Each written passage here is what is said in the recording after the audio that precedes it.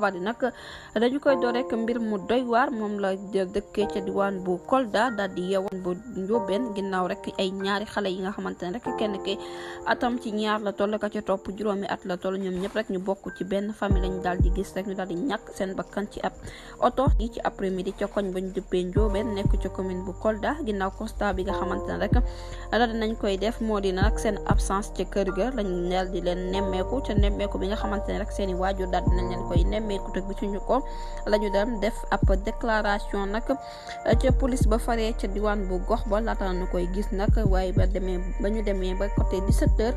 ci lañ ko daal di teg bët niki ci aljuma ji yem ak ñaar fukki fan ak juróom-ñeent ci weeru mars ba tey rek nee nañ nag ci ab oto daal lañ leen gis ñu dugg fa waaye ñoom ñaari xale yooyu yëpp rek dañoo daal di ñàkk seen bakkan ndax nag oto ba